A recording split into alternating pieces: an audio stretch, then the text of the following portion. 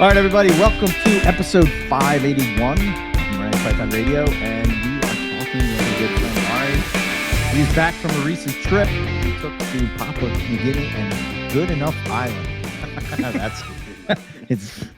I think of the Van Halen song, Good Enough. Yeah. All right, so we're going to talk about his trip. We're always fun to catch up. It's always fun to catch up with Ari and live through him. Live vicariously through him. Yeah. Yes. Yeah. And of course, we have our good friend Keith McPeak, the snake whisperer himself, is here. How you guys doing? Doing good. Good. I'm just jealous I don't have the green screen like Keith does. He's living in the future, and here we are, like just It's probably, I don't even know how probably that on a happened. beach It was just right there. now. And I'm like, That's okay, what it that's is. cool. Keith just pushes buttons until good it works. enough. I like it. Yeah. That's what I do, Keith. I just push. He's actually push, in his push. underwear probably right now. With the I mean, we don't ask to on the see him background. from the waist down on that Yeah. on purpose. Yeah. I will give a quick update. Owen did survive deck building. I'm alive. He's alive. His deck is now sturdier than ever. He reports. Yeah. You can throw yourself off of it now, and the fall kills you. So did you build cages into the deck so you could put the animals out in the sun?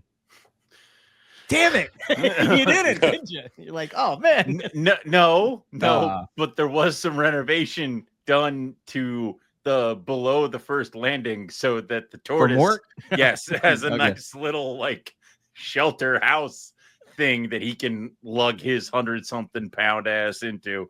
So yeah, Very cool. Very cool. Okay. Well, I didn't everybody get was built worried in. about you, Owen. You and Power Tools somehow. I mean, that is a dangerous. You're correct to do so, but Yeah. I mean, I didn't get built-in diamond cages, but the wife got a built-in sulcata den, if that Okay. makes sense. So we know who's boss. Got it. I never said I wasn't. I never said I was ever. Very good. Don't tell her I said that. Right. So- Fair enough. All right. Well, let's get into it. Let's just get into see how the trip was. So, like, how long I don't know. Start us off. How Ari. long was the trip intended for? Oh, okay. So yeah. So just to give kind of like the viewers some info. So obviously I was doing more Boelens research because that's all I do. And I was and my research, pretty much, 99% consists of areas in West Papua New Guinea, which is Indonesian owned. So I had never been over to the eastern portion of the island, which is Papua New Guinea, in that respect. So that was exciting in itself. However, the trip that I was on was not even on the mainland island of New Guinea itself. It consisted of an island in a series of other islands. I think of 6 other islands off the eastern coast of the peninsula, and the main island that I was on was called Good Enough Island, which is the tallest island in that group of islands. Now, the reference or the reasoning behind why I was on this island itself was it's always been kind of like my holy grail island to explore, because there's a notation in O'Shea's book in 1996 in reference to Boelens pythons being found on this island as well. However, there has never been any confirmed data to suggest that they are actually on the island. So it is kind of this enigmatic kind of notation from 96 forward, nothing prior to that, suggesting that there have been observations of Boelens pythons on this island, which have never been proven. So now you can see why I've been fascinated for years to find out what's the reality of this and where it came from and this and that. Even being friends with Mark, I've asked him before too, like where this notation came from. I mean, he can't remember where it came from. So God damn it. it's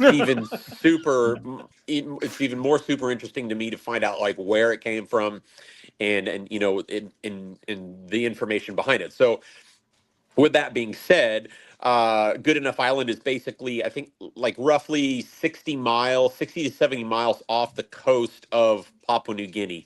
So when you're looking, it is the furthermost eastern portion of the peninsula, and there's a small cluster of volcanic islands there roughly 60 to 70 miles off the coast, and Goodenough is one of those islands. There's another island called Ferguson Island, which I also went to as well, but the majority of my trip was focused on Goodenough. So I was contacted, probably, I think it was earlier, or maybe late last year or early this year, by I got an email from the Port Moresby Nature Park, which is the one of two.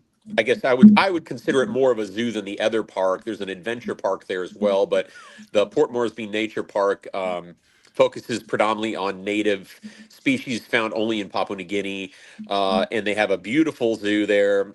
And one of their areas obviously is reptiles, so they're focusing on native reptiles. And being that Somalia boeleni is the only protected species of snake on Papua New Guinea, on the eastern portion, it's a huge interest for the park to pursue more work with that species in their conservation area per se. So they've historically had Boelens pythons on the park, in the park rather. They did not have them when I was there, which I was really sad about because I'd never got to examine an animal from PNG before, even though I got a lot of photos and information from them prior. But so I got this email from the director there, basically reaching out to me. And at first, I'll be honest, I thought it was fake. I didn't know. And I did some research and I was like, okay, this person's legit. This facility is legit. I was like, this is all real.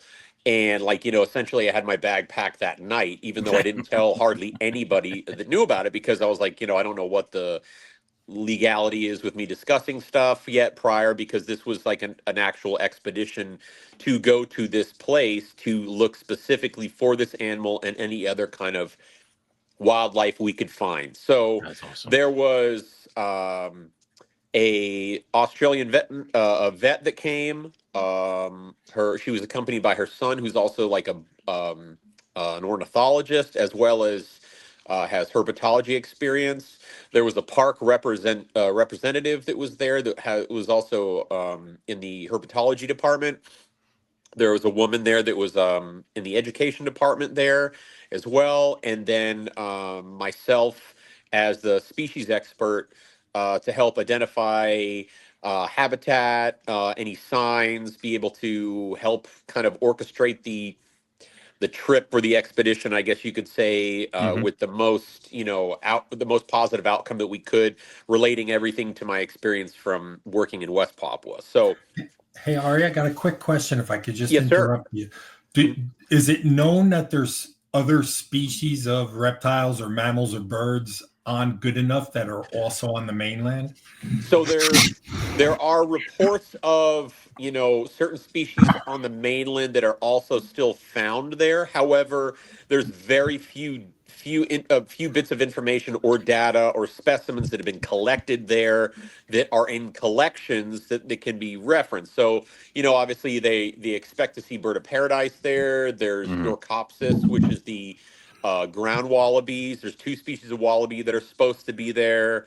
There's other bird species as well. The reptiles that are known on the island, there are supposed to be 9 species of snake that are known to be endemic there, that are also found on the mainland, including olive pythons, scrub pythons, green tree pythons.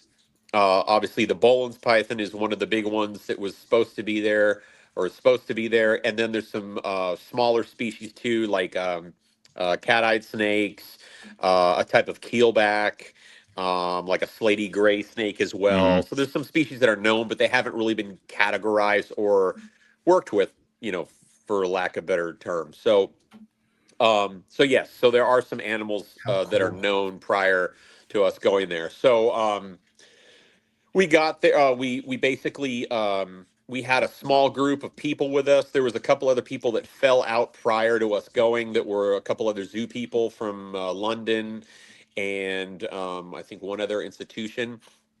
And then we had a plane chartered, and we were to spend 2 weeks on the island, basically surveying everything and going to the most, plentiful areas that we knew or that I could recommend would give us a better chance of finding a Boelens python if it were there. So, but as soon as we got on the island, we realized we were kind of like in a different kind of scenario because the island itself is very different.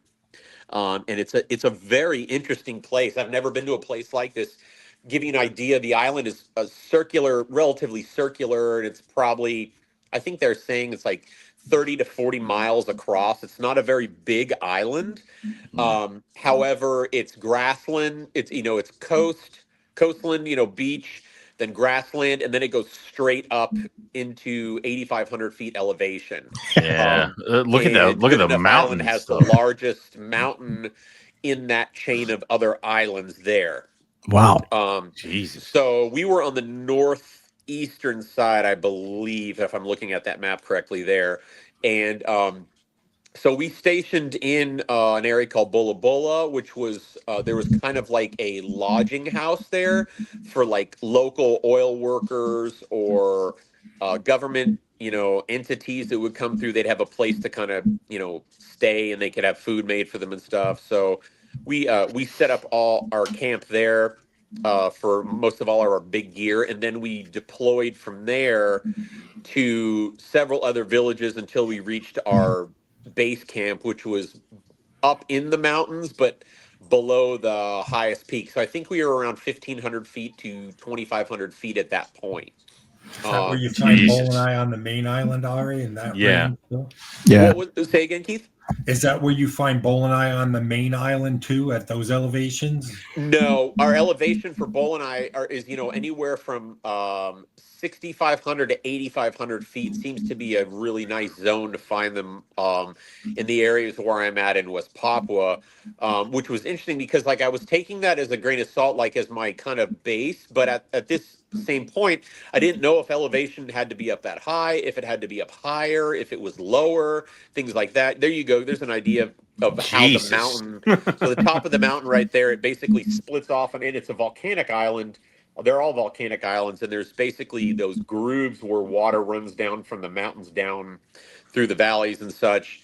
So we based at a camp, and then we proceeded to climb up to another camp, and then we just kind of surveyed the areas. We set trail cameras out for observing other kind of wildlife. Not just snakes, which it's difficult to catch anything on a trail camera with a snake.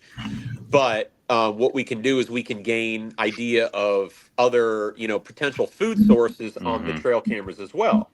So we had set that up and made plans with the some of the local villages that were going to be working with us to like maintain those trail cameras. Essentially don't touch them for as long as you can. We were trying to explain them. Leave the areas so that way nothing's there, and then come back and we can pull memory cards and stuff. But the island itself was really interesting. It historically it was a stronghold for the Japanese during World War II. Okay. And then, obviously Australia came in and took control of the island.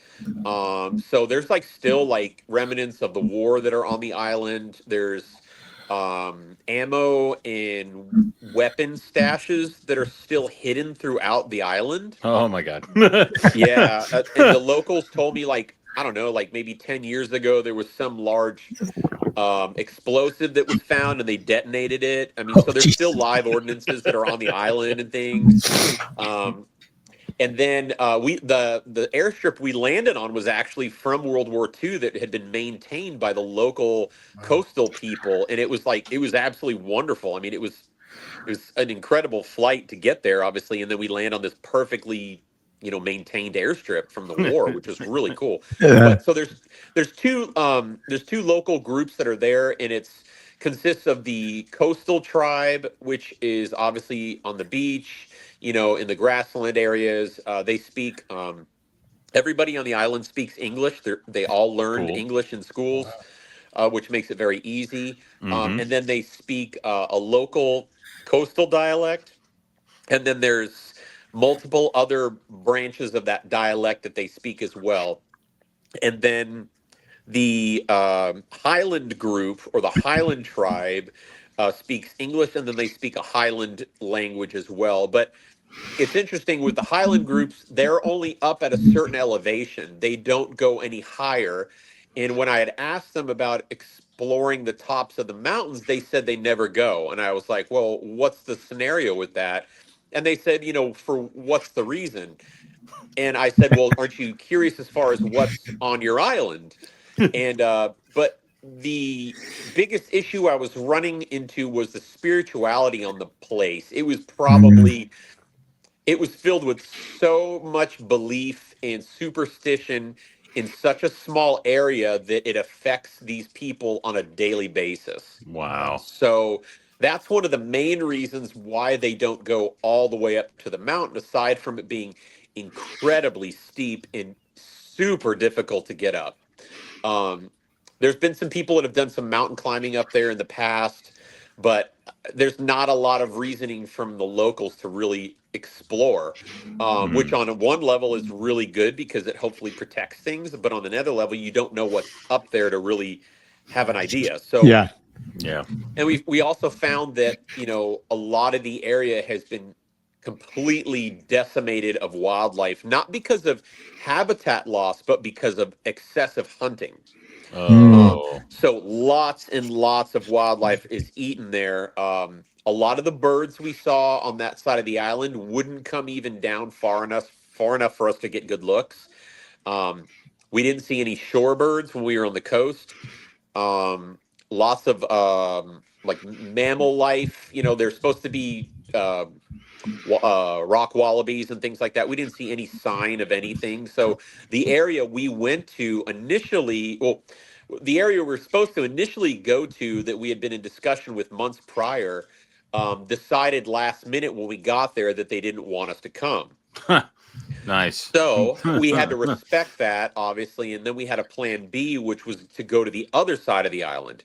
And they were very happy to have us there. So we stayed at a different area initially, and we didn't find any Boelens there. However, the habitat was very promising looking, in my opinion, from what I've seen. Okay. One of the biggest things we did while we were there was we conducted a lot of like surveys with a lot of the people we'd run into. So in the mornings before we headed up into the mountains, we were down in the local village markets, and we were passing out flyers and talking to people and basically bringing attention to ourselves being there and what we were doing. So people were coming out, and word traveled fast that there was people looking for snakes. They're looking for places to stay. And we were permitted through the government there. So it was, 100% legit. So we didn't have to worry about any kind of issues. However, we're still dealing with tribal law on a lot of scenarios. So we spread the word for about 4 or so days, I think, before we even headed out up into the mountains. And we got a lot of people that were like, oh yeah, I know what this animal looks like. Oh, I've seen it, blah, blah, blah. And, they're confusing it with an olive python because there's supposed to be olives there too. Okay. And that would have been, Papuanus that we would have seen because they said they really enjoy eating that one. So it's like, okay, well, it looks different, compared to what we're looking for. And then we'd get maybe about less than a handful of people. There's like, I know exactly what the snake is you're looking for. I've seen them right outside of the edging of our gardens, and we're afraid of them, so we kill them, and then we will eat them if we do. So I was like, okay, well, so there's reference, or that we're getting kind of that familiarity with people that we were talking to, that there is an animal that is similar to this, this animal that we're looking for. So, which was very, very good. Habitat wise. It would be very, it's doable that they would be there. The biggest issue I was running into was if it hadn't been eaten away essentially on this area. Yeah. Which, there's green tree pythons there, and they're eating those as well. They're eating, they basically are eating everything they can find that, they can survive off of. So, obviously I'll be going back, and be checking out the other side of the island, hopefully. But yeah, it was a really incredible place. some of the stories that I was getting told from the top of the mountain were like, creation stories of, like how man and woman evolved. They came out from this giant cave in the crack of the top of the mountain. I heard about, apparently Noah's Ark is up there. I mean, I was hearing all sorts of just so many different stories and beliefs. About the superstition. One of the guys started having stomach problems, and they told him he had to leave the mountain because there was the spirits saying that he wasn't welcome there any longer. Oh my God. I mean, we had like the village we ended up staying with. There was an old man that was there, and he was basically the caretaker, they kept saying, of the mountain, and he had to do he did a big ceremony to even let us to like basically open up the mountain for a certain amount of time for it to be safe for us to go, he said. So it was really incredible. Ari, can you compare the indigenous people there to the people where you usually go, like where a lot of the customs different. are the same? Okay. Completely different. These are more island people, so they have more softer facial features. They're not as primitive looking, if that makes sense, just with facial structure. But their ancestry goes back thousands and thousands of years. They just look visually different. The languages are different too. They're more kind of they remind me of almost like Hawaiians, how they have that kind of smooth tribal, or that kind of smooth kind of tribal look to them in a way, if that makes sense. Mm-hmm. Sure. Yeah. But yeah, so they were very different from Papuans Papua New Guineans on the main islands of PNG, as well as West Papuans on the West Papuan Indonesian side. They're completely different. But it sounds like their beliefs may be a little bit stronger. Yeah, their belief system was definitely stronger. Where when I was running into things in West Papua, it was more like, I don't know, how do I describe it? It was different. This had more spirituality, where in West Papua it was more like a historical grandfather kind of. I don't know if that makes sense. It was different. It's like, this is why it's bright outside. This is why we eat this kind of thing. As That's really opposed cool, to, there's dwarves that live in the mountains that protect the mountain. You might be lucky enough to see one of them peeking from behind a tree, kind of things like that. They were talking to me about there's a wolf, they said, that lives up on the top of the mountain. That's a shapeshifter that changes from a canine body form to a snake to a person. Then there was a really cool snake story that was told to me. I mean, obviously the serpent has a huge influence in their belief system, as like a deity in a way.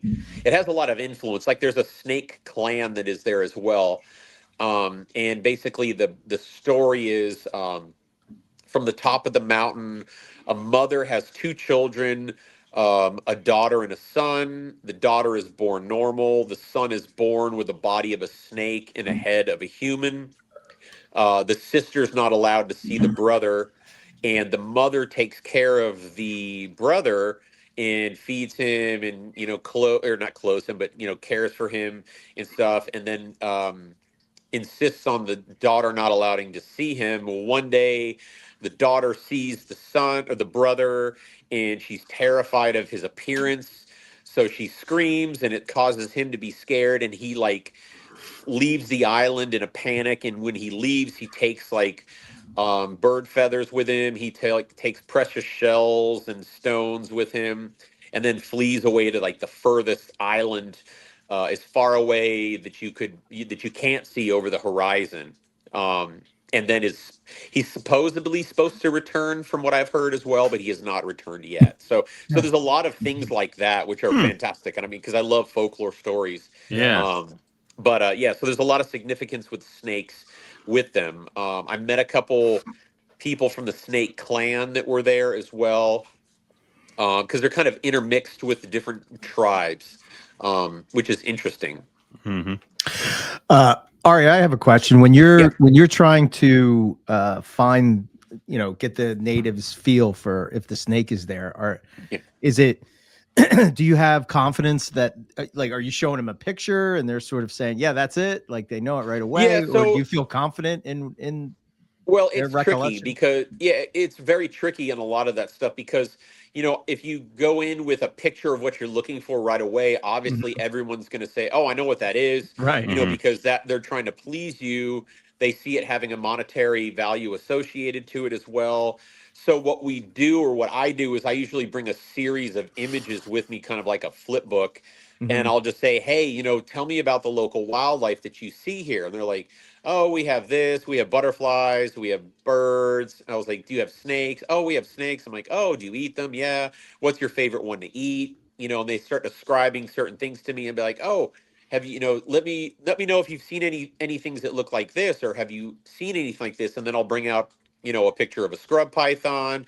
I'll Right. bring out a picture of a ball python. I'll Mhm. bring out a picture of a Burmese python, a retic, stuff like that. And I'll hide certain things in there. And every once in a while, I'll get a ding where it's like, "Oh, yeah, I've seen that," or "No, we've never seen that before," kind of things like that. So that's Okay. how we try to kind of weed out what's really going on. And, you know, I would say we got about 12 solid, really good leads in reference to Boelens pythons there. Mhm. Um, and there were certain things that, I mean, obviously you had a couple people who's like, "Oh yeah, I've seen that snake, blah, blah, blah, blah, blah, this and that," and that's it. And then I'd have somebody, as I'm talking, I'm just kind of looking around and scanning the crowd to see who's watching. And I'll zero in on a couple guys that are just kind of listening and watching. And then they come up to me afterwards and are like, "I know that snake. I've seen it before. My grandfather's seen it before." And then they'll bring up some kind of behavior or something associated with it that they wouldn't know unless they actually knew that animal or had an Gotcha. encounter with it. So those are Mhm. the ones that I'd like that we, follow up with. And we did surveys. So we were, passing out surveys to people. And we went to 3 out of the 4 schools that were on the island and talked to all the kids, talked to the teachers and things like that. And would just pass out more information to get the word out that what we were doing. Mhm. And it really helps. I mean, that's the only way you can really do it. But you've got to kind of weed through the kind of BS stuff too, Sure. Yeah. because a lot of people are just going to tell you what you want to hear. Right. Right. Yeah, I would think with you being on limited time, well, not Yeah. limited time, but it's very important to get the most bang for your buck, if you Yeah, yeah, will. exactly. Yeah. We've got 2 weeks, but that time goes so fast because it's like, okay, we got rained out one day where we couldn't leave, one day we couldn't get out. It's like, okay, we have a truck breakdown, things of that here and this. One tribe doesn't want us, one tribe does.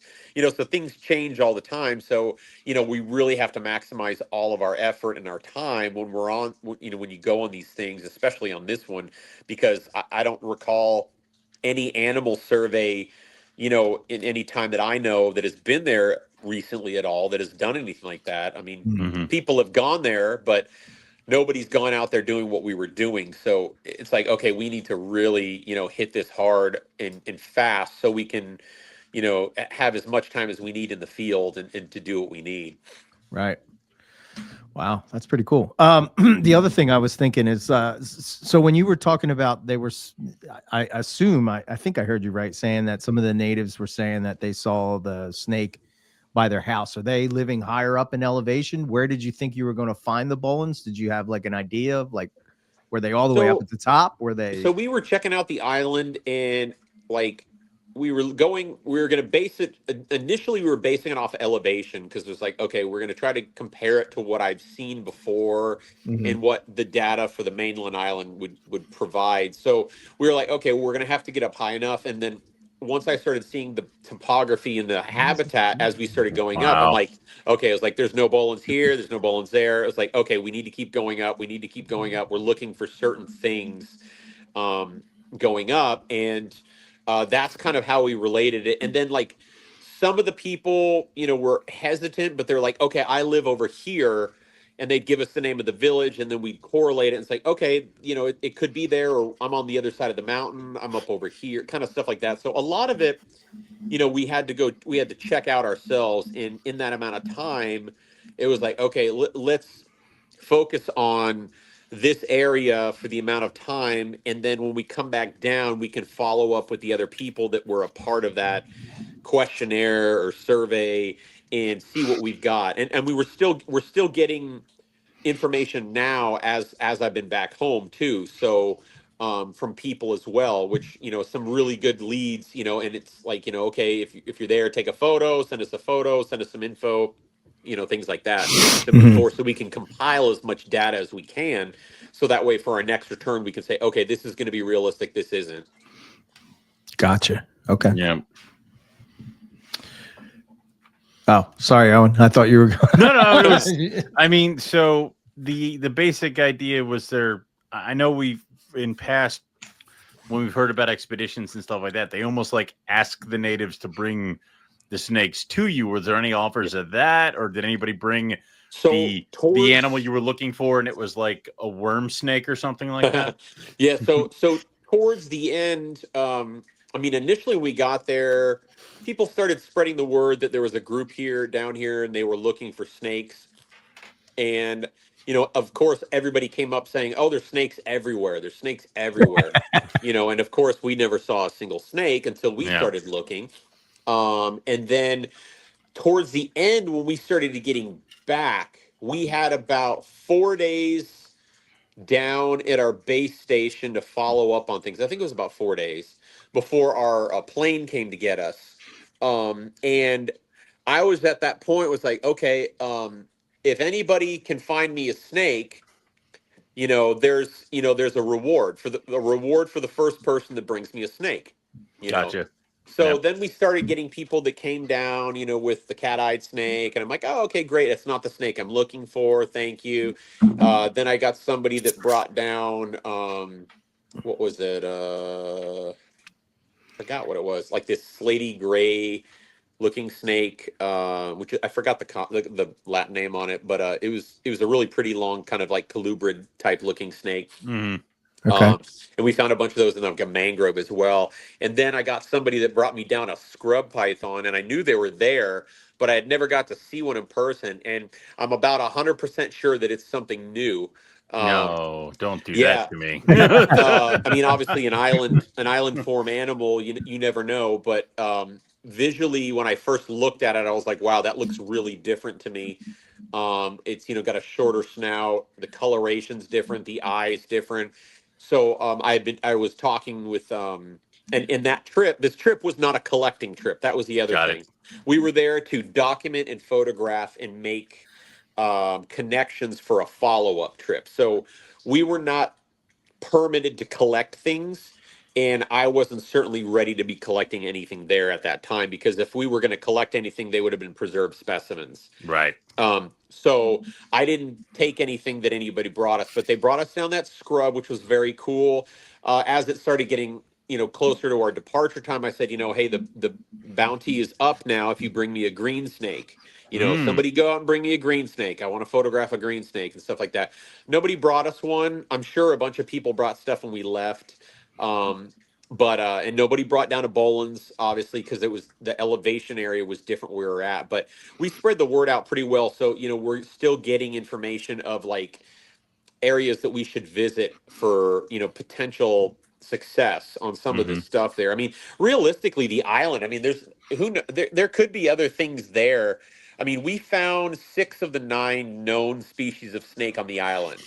So the only animals we did not see personally was a green tree python, an olive python, and a Boelens python, and potentially a white lip.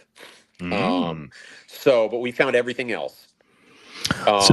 So potentially that they identified that there's white lips on that island. Yeah, and I've seen photos of them before from another local, so they're there. Okay. Where they're at, though, it's different. It's and a lot of it too is like, they, like I said, they eat everything. So getting and the other thing that was interesting too was like I'm so used to going to areas where when they eat something, they utilize every aspect of that animal. Like, they're using the hide, they're using the feathers, they're using the fur, the claws, the skulls.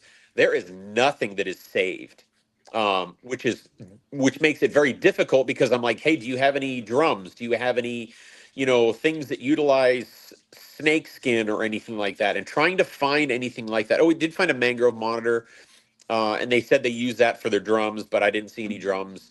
Okay.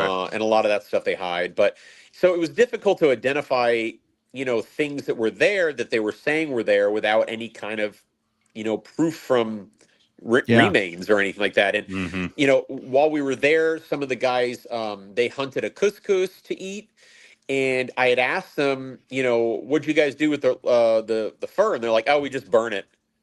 So, Oh. which is weird because in West Yeah. Papua, they would have used that fur for an armband. They would have put it on their bilum bag. They would have used the claws, the skull, things like that, as well as on the mainland of PNG. But they don't do that in Good Enough, which was odd.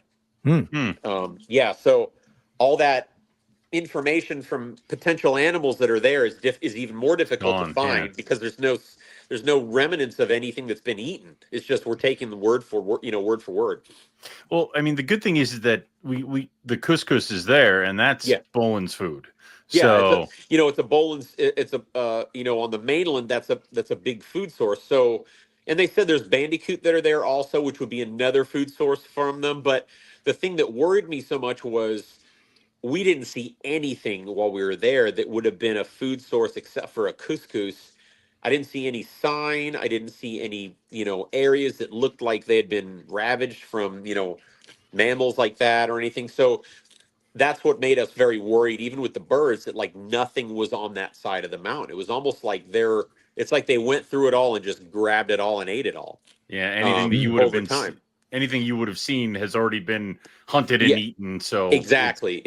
So, and even on the little airstrip we were on, it's called Viviana Airstrip, the one that was from World War II, they were saying, oh, this is a great place to look for the Dorcopsis, the wallabies, but there wasn't wallaby anywhere. There weren't even, they said, oh, we saw some a couple weeks ago when we were burning the area over here. And, oh, okay, well, how many of that? And it was like, they're gone. So, which makes me think that the way that mountains are is it's just so steep in just so difficult to penetrate through that some of these populations might have found little areas up at the very top where they're safe enough from, people going to, or the whole island's been, just decimated from being eaten. So, but I mean, like I said, there'll be a follow-up trip with it where we'll be exploring the opposite side of the island where potentially there's a conservation area that was put into place in the 70s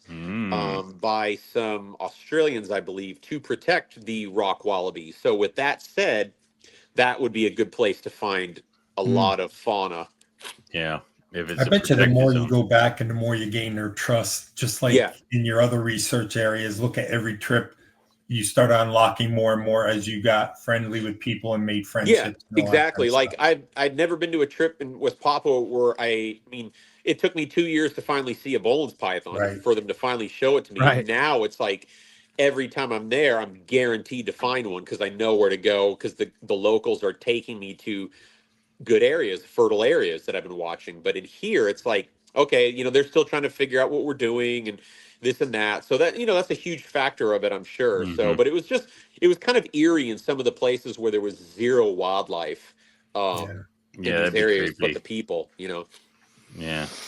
Yeah, you go to a place like that, you expect to be tripping over reptiles left and right? Yeah, right. And we were seeing, things. I mean, I was seeing some lizards and things like that too. And but you would have expected to see more in some of the places. Like the weather's really weird too, because like we were there, it rains and just like half of the island will rain, the other half will rain, and it's just like torrential rain for days. It'll open up in the sky, it'll dry out for about 30 minutes, and then it just rains and like thunder and lightning, and it is just intense weather all the way up there. It is just terrifying. Nice. So, I mean, it's like, and we're out there, pretty primitively camping. We had like kind of like a house that was built kind of with just basically like 4 walls and a roof, elevated off the ground. So that was an area we were sleeping in. But I mean, the ceiling's pouring water through it. We've got mosquitoes and big bugs crawling in there. I mean, it's all fun stuff and everything, but it's just part of the game. I have a question that's been eating at me since I know Ari was on this trip. So you've like crawled literally through Boelens territory in all your other research things. So like the consistency of the ground and how the plants are.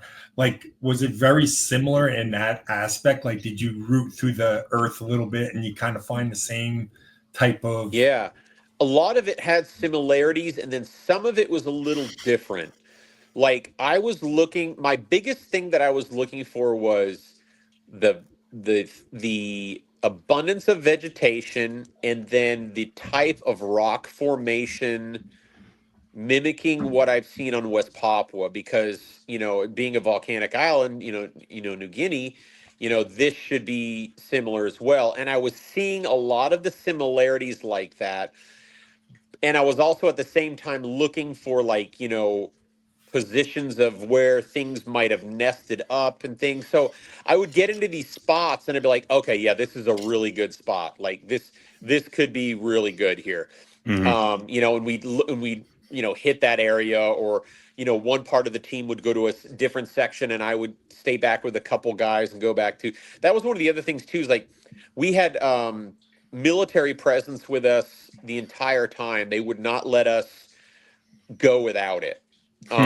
Even though like I didn't feel in danger there, it's just we had to have escorts with us. And I think a lot of it was just wanting to make sure we weren't there stealing things, yeah. and Okay. taking things we weren't supposed to. Like we kept explaining to them, he's like, we're not collecting, we're here just to photograph and document what you have here, so that way you have a clear plan of what you have on the island that belongs to you, kind of mentality.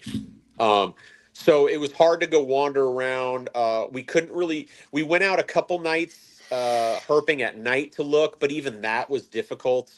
Um, in the mountains, it was just fucking brutal. It was just so like it was worse. It was worse than some of the places I've been in West Papua. Um, in these trails that they made, these were trails that were not maintained trails. It was like literally they went out there the day before with a machete and trimmed the Stuffed area, it for you. and Yeah.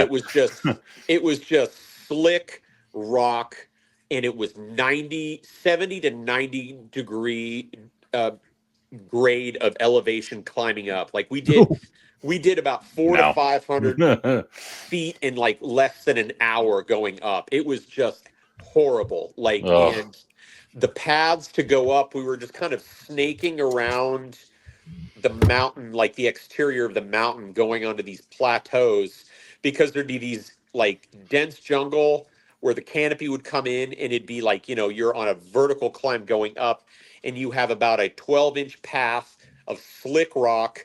It's been raining for the last 5 days, and the left of you is just cliff, and the right of you is edge of mountain, and who knows what else. So you're trying to balance at the same time going up. It was just really a very, very difficult place to access. And then trying to find a spot to stop to set up camp was very difficult also, because it's just, you're like on the edge. We're like I said, we're snaking around these areas. But we found spots, so that's why it's like, and they were telling me, it's like, oh well, the other side of the mountain is not as steep. I'm like, oh, that would have been nice to go to. It's like, well, that's probably one of the reasons why we're not seeing a lot of wildlife too. Nothing wants to be on this cliff face. It's like, so, but I'm kind of glad we got the hardest spot done. Kind of to say, but the top of the mountain, they kept talking about it as like this very spiritual place. So, they wouldn't let us go to certain spots. I don't think there was anybody in the village had been all the way to the top, which is interesting.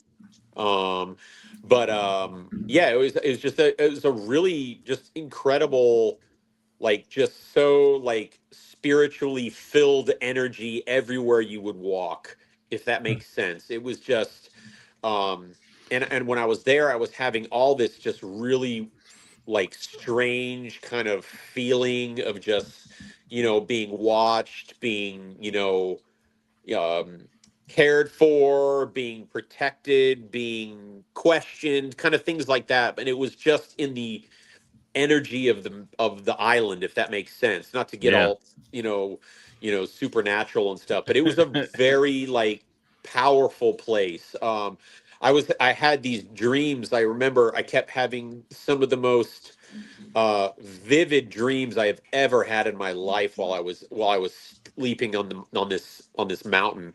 And it was interesting because I kind of made a comment and everybody else looked at me that was on the group and said, we've been having the same dreams, like we're having the same experiences. And then one of the locals there was like, oh, it's the mountain spirits, letting you know that you're welcome here. So they've opened up your mind to all this stuff. I mean, it was wild. I'll never forget it. It was really crazy. I made a lot of really wonderful friends there, these locals, that really protected us and just really, were just some of the most hospitable people I've ever had the fortune to stay with. They were looking after us and so accommodating, and wonderful. I mean, we brought bags and bags of food up to feed the village as well as ourselves. And, we had all of our gear and everything out, like solar chargers and things like that. And we were leaving all this stuff for those people, but it was absolutely incredible. It was an incredible place. And you need to have special permission to go to these areas. You can't just go. And a lot of the locals will not let you go to these places. So it was a real privilege to be there. I think the culture there, and you get to experience that for even just 2 weeks, it's got to change you for the rest of your life. Oh yeah, it really did.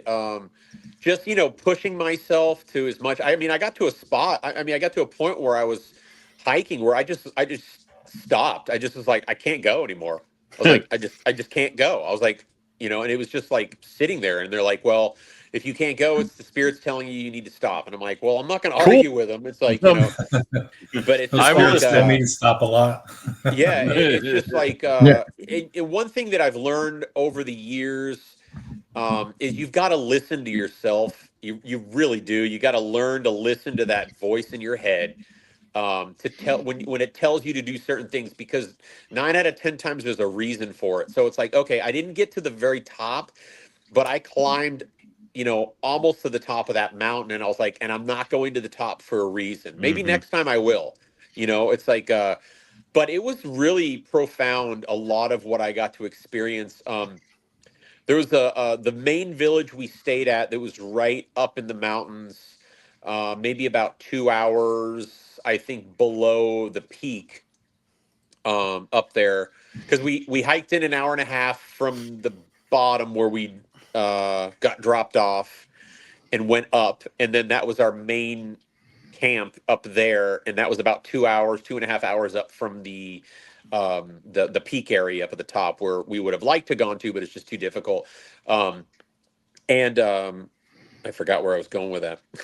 But yeah, the topography was crazy. And the village, I remember there was an old man who was supposed to be the mountain's caretaker. He was in charge of it. Well, and he was born during the war. He doesn't know how old he was, but I was going to say he's got to be late 80s, maybe early 90s. I don't know. Jesus. I mean, he looked really, really good for his age, but he doesn't remember how old he was. He remembers the war when he was there as a kid.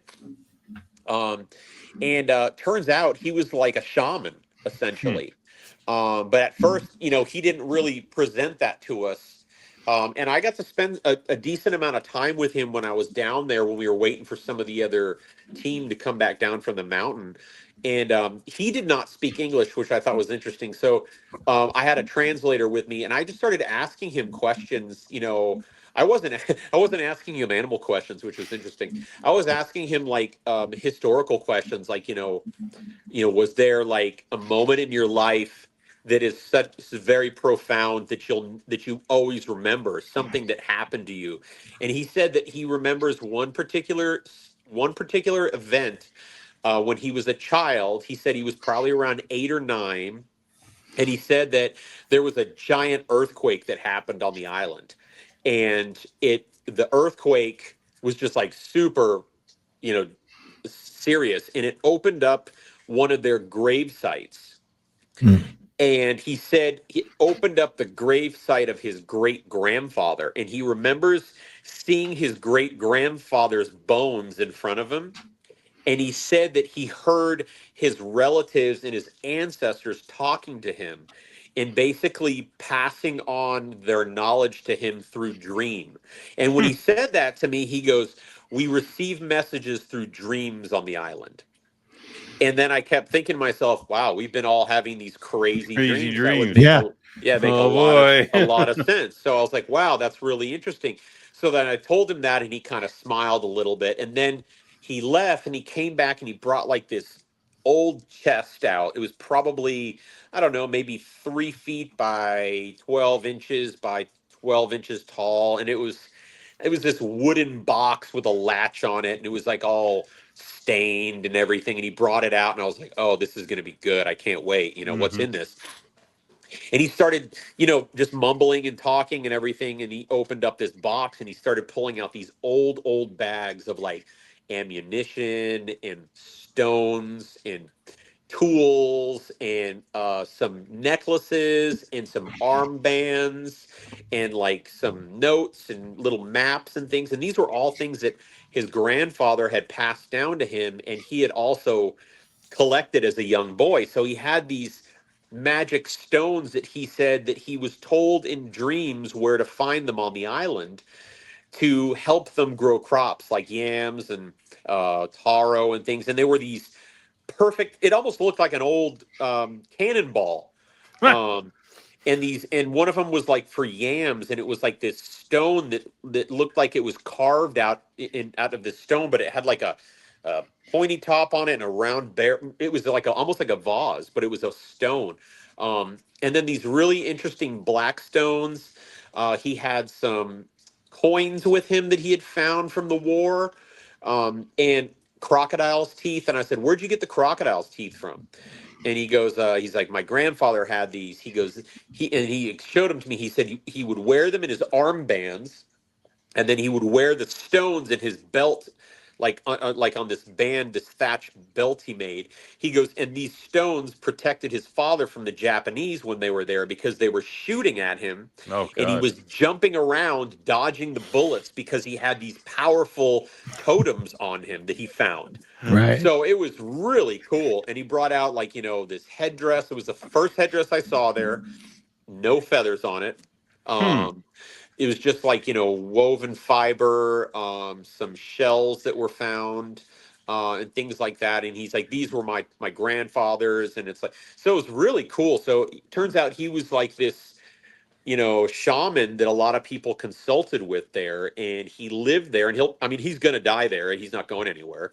And it was just interesting talking to him and listening to him, talk to the locals there about stories and things, and then they would translate it to me, and I was writing stuff down like left and right. Like I have all these notes of just bizarre stories and observations and things that people were saying and everything like that I'm going to be putting in this last chapter on this book I was working on. I was actually working on it while I was there too. So Nice. but yeah, it was just fantastic being able to talk to him and listen to him. So it was just one of the things I got to experience there. Is this the guy? Is that the guy?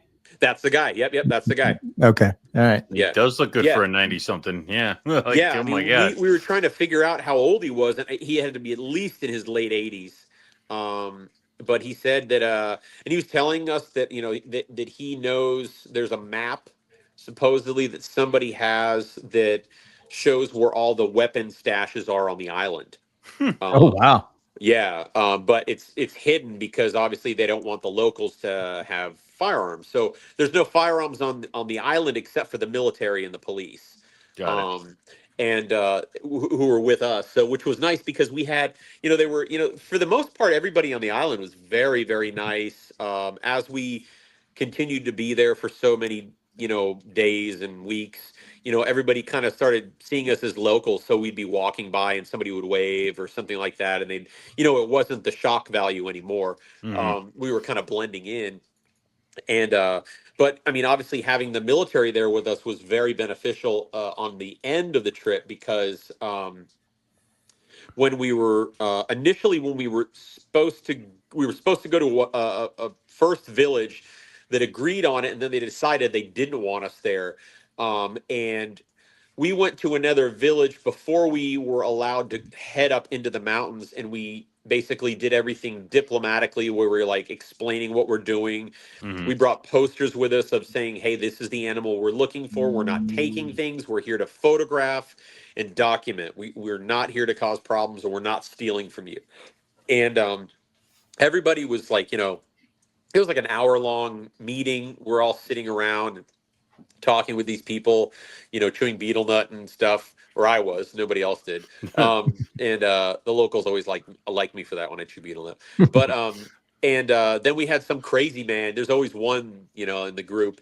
And this guy showed up and he was yelling and hooting and hollering and pointing his finger at us and saying, oh, they're here, they're lying, they're going to be taking things from us, just like the other people have done, and this and that. And everybody was just basically like, shut up, man. That's not what's going on. Right. So he walked off, and then we got approved by the rest of the community to go ahead and take our trip. And we had porters with us carrying big boxes of rice and food and things like that. So we headed up in the mountains, and we got up there midday, and we were doing our work. And about, I'd say, a little more than halfway on the trip while we were up there, I think it was like 4 days before we had to leave, because we had to go down early because we had very limited cell service. I had my satellite phone because I take it wherever I travel overseas. And so we were communicating with the director from the Port Moresby Nature Center who organized the trip, as well as our flight out and everything like that. And we're like, okay, we've got to leave this day now. So it was like a day early. So we're like, okay, we're going to do this. We're going to double up on these things. And, on that day, I think it was like 3 days before, a boy from the bottom village came up with a note. And in the note, it was from another village basically telling us that we have, 24 to 48 hours to vacate. Otherwise, there's going to be problems. And we're just like, we're sitting there and we're like, first off, we're not leaving without the rest of the team. We're waiting for some other people to come back down from some of the sites they checked. We have permission through the government, as well as permission from the village, and we have police and military with us. So it's like, okay, bring it on, Yeah. So we waited and waited, and then the team started coming down, and then the next day, one of the local kids, because we were getting ready to leave, one of the local kids noticed a neighboring tribe sneaking from the backside of the mountain around towards where we were. So they were trying to flank us around.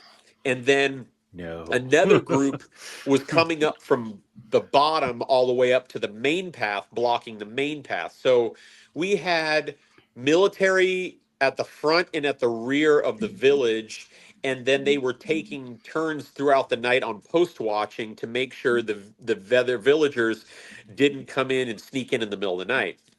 So during that morning prior to our leaving, we're waiting and waiting because they said they were going to come up. They wanted to have a meeting with us and blah, blah, blah, and they're like 4 hours late. And we're just like, okay, we're getting ready to leave. And right as we said that, a group of this tribe comes up, full traditional attire, like ferns covering their heads, wrapped on their arms, no shirts on. They've got, these staffs.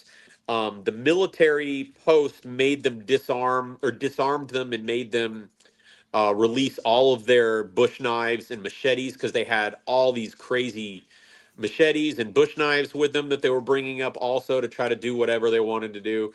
Jesus.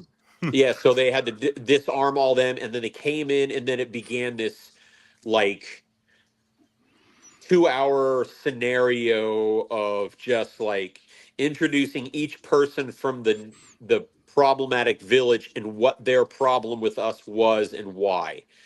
And it was very interesting to see how it was handled. So we had the entire village we were staying with, probably about 30 or 40 people sitting with us, including the military. And then in front of us, we had 10 members of these other neighboring tribes from different clans. And each one of them would stand up first, introduce themselves, and tell us what village they're from. I'm the grandson of so and so. I'm part of this clan. You know, you have disobeyed us by coming up here. We have told you no. You need to pay. Blah blah blah. And then the next person and that person would step behind. Then our one of our people would talk to them and address the question and say, no, we're not here to steal from you. We have permission. You know, we are legally permitted from the government as well as, you know, everybody else in these other villages. And this went on for, like I said, an hour, 2 hours. Jeez. And they were demanding, obviously, it always boils down to jealousy, because you've got groups that are like, okay, why don't we have these people with us? We want to be fed. We want to have money, you know, so why aren't they asking us? But we explained to them, you guys decided not to have us, so we're with somebody else now. So they didn't like that. Oh, well, so I mean, they got really angry, and it was a little tense for a little bit, but I've been in very similar scenarios with that before, and it always plays itself out. And I knew that, you know, first off, they didn't have any weapons because we took all their weapons from them. So they were sitting on this huge pile right in front of us.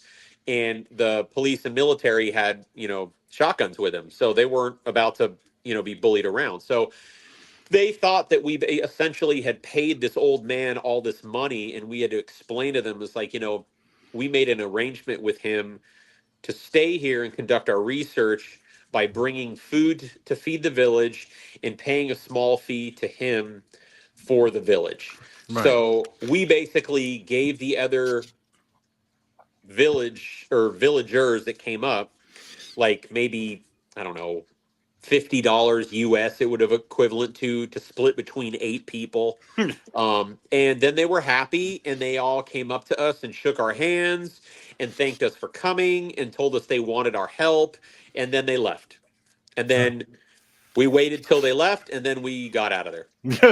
It sounds like this first trip was really an interview, and you got a few more interviews before, it was you gain access to what you want. I mean, this was the introductory trip of establishing the connection with the groups as well as getting the word out. Because I was joking with a lot of the guys. I'm like, watch, you know, 3 weeks after we get back home, somebody's going to walk down with the Boelens. You know, I was like, that's how it works. So, but yeah, this was like, I mean, and so many people are like, oh my gosh, you didn't find a Boelens in the first time. It's like, you don't understand.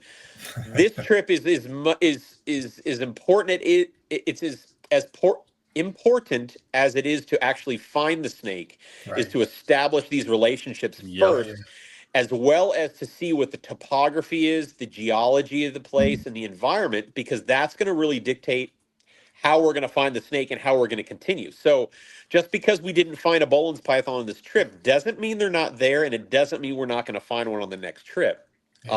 It'll just be a lot easier next time to determine if it's still there. So I'm still, you know, actively pursuing to find out where this initial notation of a specimen observed on the island came from. And I was able to visit the National Museum there and speak to one of their collection managers, and was able to go through their preserved specimens. And I got to see some Boelens that they've had preserved there, a couple of them from different locality types I've not heard of on the mainland, but still no reference from the good enough. So I have not given up. If it's there, if it's a legitimate claim, I'm going to find it. And if it's not a legitimate claim, it had to start from somewhere. So we're going to find out more specifically where it came from. My sneaking suspicion is that it came from a observation on the main island that is very close to the coast. So it would be potentially a lower elevation animal. And it was assumed that, okay, well, if it's here, maybe it's only 60 miles off the coast or 30 miles off the coast. Maybe it's over here too. And I think that might have been where it stemmed from. However, I can't prove it yet. So with the follow-up trip, we will find a snake if it's there. And it could live totally differently than the ones on the mainland. Yeah, exactly. You know, it's funny. Like, I remember hearing a lot of these old stories, like, you know, when I was younger and I was a little bit more, I hate to use the word naive with things, and it's like, oh, people be like, oh yeah, the Boelens python on PNG is a different snake, which I still strongly feel it is. They're heavier, they're white and black instead of yellow and black, which they are. And they say, oh, they are down in lower elevation and blah blah blah. You can see them crawling through the grasses and stuff, which they don't, because it is fucking hot down there, and they are not Why would they be down there? below Yeah. anything outside of that mountain range. It is blistering hot, and it is so uncomfortable. There's no way a Boelens python is going to drop that low in elevation. They're following that mountain range. I'm sure the elevation goes lower than what it's been recorded, but not on some of the suggestions, like some of the people in the past have said, oh yeah, this, but no, it's not. So it's interesting to know. I mean, I'm very interested to see what progresses with the Good Enough survey for the round 2 on it for next year.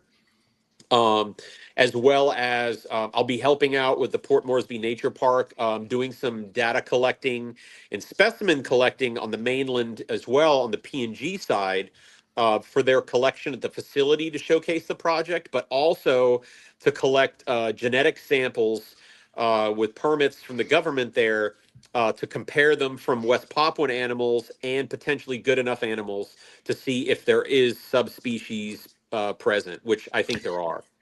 Well, it would be, I mean, man, I've been writing down as you've been talking. I got so many questions. I get so many questions. Nice. But the thing that just sparked in my head was you're talking about this Boelens python, when Keith said it possibly from a different environment and whatnot. And I guess when I'm thinking of pythons, immediately I go to diamond pythons and a Darwin carpet are way different in what but they're still considered carpet pythons. African rock python, the southern one and the northern one kind of fall into that same type of thing. So I guess it wouldn't be crazy to think. And I guess my question was going to be, do you have any theories or thoughts on like how the animals got there? I mean, I know it's still speculation if they're there, right? But like, have you thought about that? Like, I mean, like it all, I mean, I would relate it to like, thousands of years and years have passed when the islands were closer together, things like that happening. And that, they were able to, they were distributed over that area as well. I mean, I put a good amount of money on the fact that there are subspecies Boeleni from these ranges. It's just so vast. There are some areas in PNG that are like blocked off geographically even from some of the other mountain ranges that are known to have Boeleni on them too. And then if you're comparing an animal on an island, obviously you're going to have island differences. You could have a smaller animal, just, being able to handle, the infrequency of prey items there or smaller prey items there. I mean, the scrub python, I found was definitely smaller. It had a shorter nose, in my opinion. The coloration was different. The eyes were different. We're in the process of having an animal collected to then be analyzed to see what it is. I've sent it off to a couple people. Mr. Greenscreen, including, is one of them.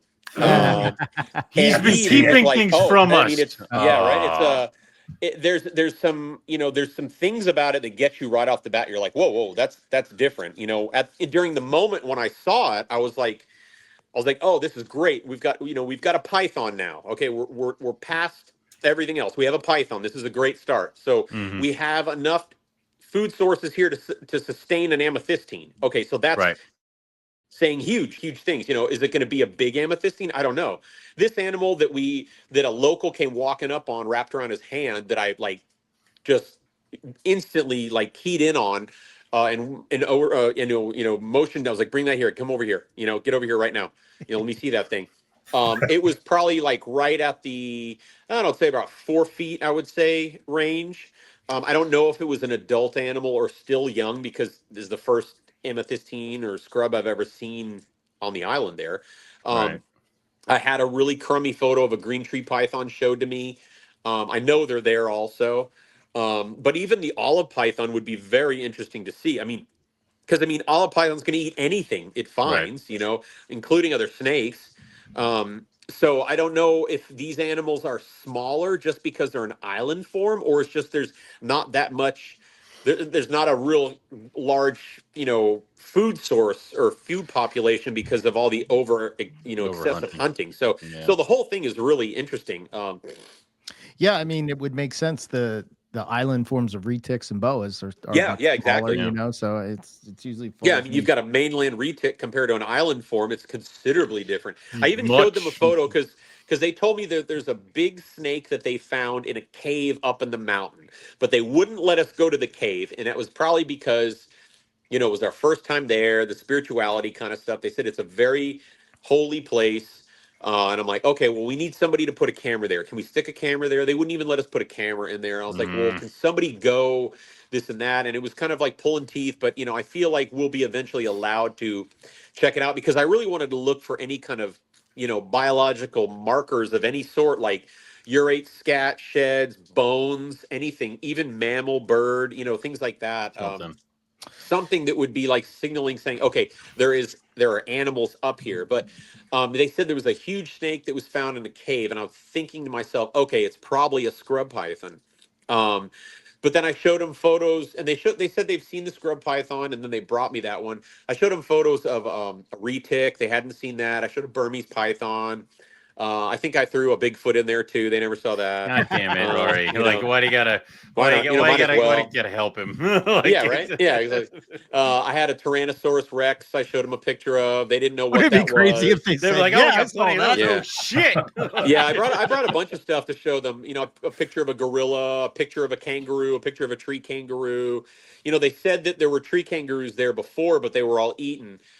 Which is possible, but I don't know if there's any records historically of Dendrolagus, the tree kangaroos, on good enough. I mean, they're all throughout, mainland New Guinea, West Papua, and PNG. So it's very possible. But yeah, so it's a fascinating place. It was not an eco tour trip. It was not a vacation trip. It was a work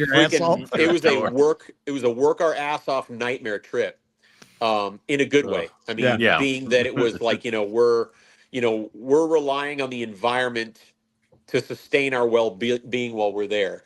So it's like we're charging phones with solar grids, things like that. We're living off. I mean, I was just drinking mountain water, didn't have the shits, which was good. That's a good thing. Always a good trip. I learned my lesson. It only took 12 so now years. I know how to drink from natural water, so which is good. But yeah, it was an incredible place. I mean, just I feel so privileged to be able to go, let alone asked to go to represent that species to search for. It was phenomenal. It was just like, it was so cool. It's almost like you have what would be my favorite job in the world is like, I always wanted to be a detective. So you have like the detective side of things, right? And then you have the snake side of things. So you're like, it's like that. Is it here? And you're like, the hunt, I guess, is kind of like what it was a hunt. And like I was getting asked, like, do you think it's here? And I'm like, well, by all account, anything could be here. I was like, do I think Boelens are here? I was like, it's very possible. I mean, it's, I being able to address that from the first trip of being there for 2 weeks is very difficult. Because it's like I want to say yes, I'm guaranteeing they're there, but I can't because can't do it. I haven't seen enough of the island, I haven't seen enough of the mountains, and I haven't spent enough time there to say yes. I've gotten bits and pieces from people of observations of animals that would replicate what Boel and I do behavior-wise that would lead me to think that yes, they could be there or they are still there. Ari, at your highest elevation, would you say the temperatures were getting within the range of Boel? Yeah, it was definitely cool enough for that. And then in the daytime, the temperature warmed up. The UV was god awful, like it is in West Papua, just like skin burning off intensity. This is why I can't go with Ari on these. Like, I would burst my little ginger ash into flames. Like every time I go to like, and I'm hit with that UV, I always think of the Indiana Jones scene where the Nazis' faces are all melting, you know, and I'm just like, Well, Ari, I know on Papua in more recent exploration there that you've done, I know you've started keying in on basking spots now that you know exactly kind of what their favorite basking spot is, and I know you've been using that to track down animals in the area of a specific. Yeah, that was one of the things. Like I was when I was there, when I was explaining to these part of the team members, I said, okay, while we're out, you're going to be looking. I go, we're in a giant maze of green. I was like, we're going to try to find a needle in a haystack, essentially. So what we need to be focusing on is sign. We need to be looking for urates, scat, and shed, because Boel and I leave that behind. That is a marker to where these animals live. They use that to establish territory, to leave biological markers. I go, and then with that being said, we're also going to be looking for places that are going to have openings from the clouds, openings from the trees that are going to create perfect basking patches. And those are going to be areas where we're going to be searching for Boel and I and other snakes that are going to come out to warm up. So we'd be hiking and I'd be scanning or, guzzling water and looking around. And I'm like, that looks like a good spot. So it's like, let's look. Or I point that out and say, that is what we're going to want to be looking for. And then once we find something like that, then we're going to be starting to look for small holes in the ground, which is like, still looking for that needle in a haystack. Mm-hmm. I was like, and then we're going to be starting to look for sign. So we have all the pieces. We're just trying to find the right puzzle that it fits. And we were on the wrong side of the mountain, in my opinion. But we went to the hardest side first, which I'm glad. Mm-hmm. And we established some great contacts on the island, and people now know what we're there doing. So that's just going to prove more helpful and beneficial for the end. So, but I also have to say too, the opportunity for this was just absolutely incredible to be invited by the Port Moresby Nature Park. And then on top of that, I have an incredible research supporter. I'm sure you guys know Todd Goodman. I have to thank him publicly. I always thank Todd because he is, not only is he a good friend, he's just an incredible individual that has been supporting me for years now with my research and just greatly believes in what I'm doing.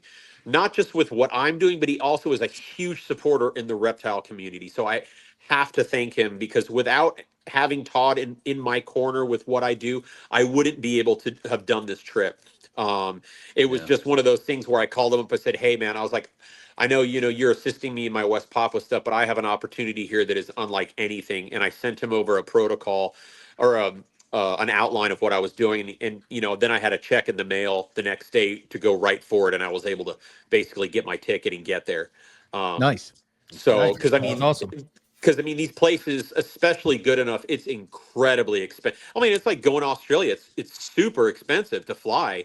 Yeah. And then once I'm in Papua New Guinea and Port Moresby, then I still have to go to another place, and it's like, it's just, you're paying constantly to get where you go and to get back. So it's just constant revolving. So without having him on board in the nature park, I would have never been able to do this, which is just, and it opened up so many new possibilities and opportunities for me with my research, not just in West Papua, but to be able to work now with the nature park that is, federally funded. They're supported through the government. They have permit access. They have all this fantastic resource that now I can dive into with them to do work on the other side of the island as well. And we can really see some cool stuff where I'm able to compare, Western and Eastern populations. I can examine animals genetically now. And we can see some really cool things, present themselves, with the continuation of all this work. That's awesome. That's awesome. Yes. I was going to say real quick, circling back to the scrub python, would you say Barnack or Southern when you saw it? Is it like I would say, like look? Well, I know it's not. I'm not saying that that's what it is. I'm just. what do you, Keith? What do you think? It looks so unlike anything Yes, I've seen. yes, The Keith. head What do structure- you think? Because you've seen it. I don't know. head I'm not a big structure is scrubby just so guy, different. and I know I'm gonna have a lot of scrub python people like, oh, and I'm just like, it's like I mean, obviously, I love amethystina and everything, and there's so many new species being described every year and observations.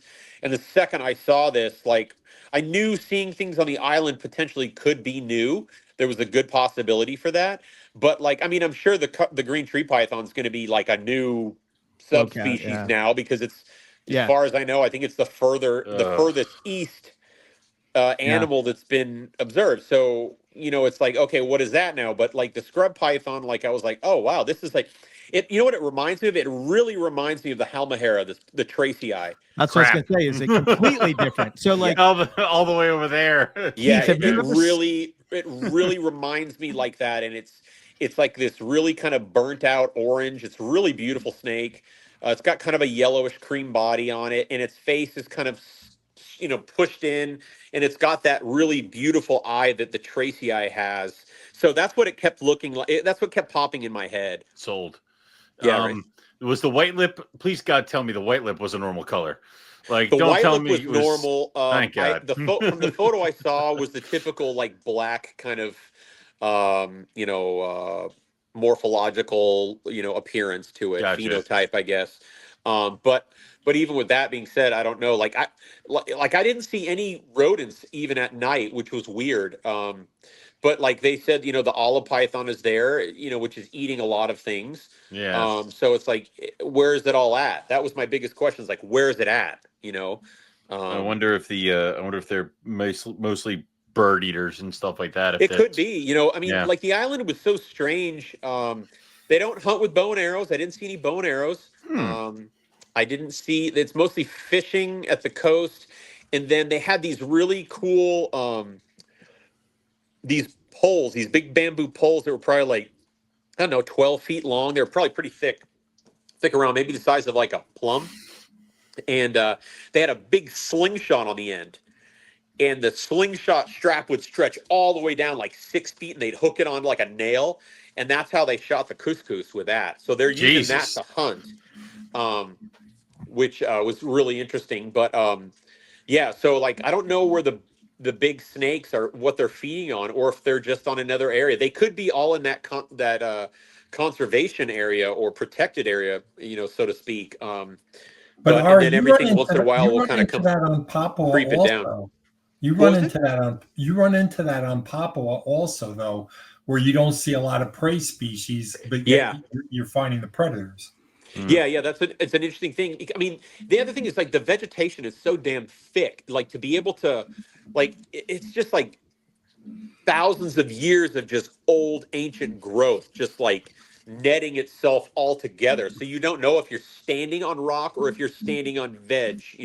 It's like so I'm sure things are down into all that, and rodents and things like that go through there. And also, like, when we walk in a new area, we have a foreign presence, Yeah. We're slipping and sliding, we're making noise, we smell different. A lot of these people are like ninjas. They just like walk and they're gone, or they have a smell to them that's maybe more common that they're used to.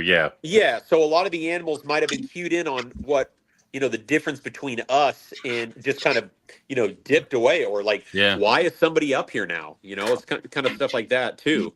But we were looking early in the morning, because I told them, I was like, we've got a zone pretty much, where we're gonna be able to see these guys basking. That's gonna be our biggest way to find them, is if we catch one basking outside. So we were up early, looking at areas and things like that, and didn't see anything really bad. We saw wild hornbills, which was cool. That is cool. That's cool. Yeah, that was very cool. And I'm trying to think what else. Lots of giant orb weaver spiders, lots of really bizarre insects. I mean, I'm sure every insect we saw was different, right? In a new species. Even the fish that we ate, like in the market, everything was very small. There was no big ocean fish. that we saw that was I there. wonder And if in the they're market, there was only vegetables, local vegetables, and maybe a vendor selling fish, and that was it. But there was no like protein meat outside of maybe some small fish. I wonder if they overfished as well as kind of It's very overhunted. possible. It's Yeah. very possible. And a lot of it too, like I was watching them fish and I said, "You guys have any fishing poles?" They're like, "No, they're really expensive." And I'm like, "What about bamboo ones? Did you ever make a bamboo one?" And they're like, "No, because if we make one, then somebody else is gonna want one." And I'm just like, there was just like a lot of lack of like for what reasoning behind it. Yeah. Which I was not accustomed to. Like I was like, that's odd, you know? Yeah. You would think that they would want to make it easier on themselves, you know? Why would I do that? I don't Or know. at least but I mean, they were have a little more perfectly consistency. content, you know, it was perfectly content. One thing that was really interesting to me was because I was walking around, I saw people smoking, but I didn't see any cigarettes. So I was watching them, and one thing that they absolutely love are newspapers. They just want to know what's going on. So it was funny. We went up to this village, and we had a stack of newspapers, and like we handed them out, and all of a sudden it was just like dead quiet in the village. And I looked around. There's about like 30 or 40 guys just sitting there going through the newspaper. Wow. And they would read the newspaper, and then they would tear a page and put tobacco in it and then roll a cigarette out of the newspaper. So, which I kept saying, "Oh my God, this is terrible! You're breathing in." Yeah. all I was Say, this you're supposed to be doing that? I was like carcinogens and all this stuff. I was like, "Why don't you buy cigarettes?" And they're like, "They're too expensive, so we do it this way." And I'm like, "Oh, okay." So, but that was really interesting. So they're chewing, you know, lots and lots and lots of betel nut, and then smoking cigarettes like that. Okay. Yeah. So, I mean, if we next time we sent you with like a carton of cigarettes, we could own this island really quickly. Oh my God! Yeah, and that you would could, create and you could be like, "Bring me bowl and I," and you yeah, get right. it. That would create like a huge, you know, like oh God, that would create a stampede for sure if I was passing out packs of cigarettes. I have a plan now. Yeah, We right. got it. Yep. Yeah. So how many different environments were there, like environment types? Was it like mangroves, So the island, beach, like I said, jungle? So the island, like I said, it's really interesting. It's a volcanic island. Mhm. It's coastal plain. Mhm. So it's super high. And what I'm going to do is after the interview, I'm going to send you guys a bunch of extra photos that you can put in when you upload everything. Yeah. So that way people can see all that. I should have done that before, but I apologize. So the majority of the island is really like tall grass fields.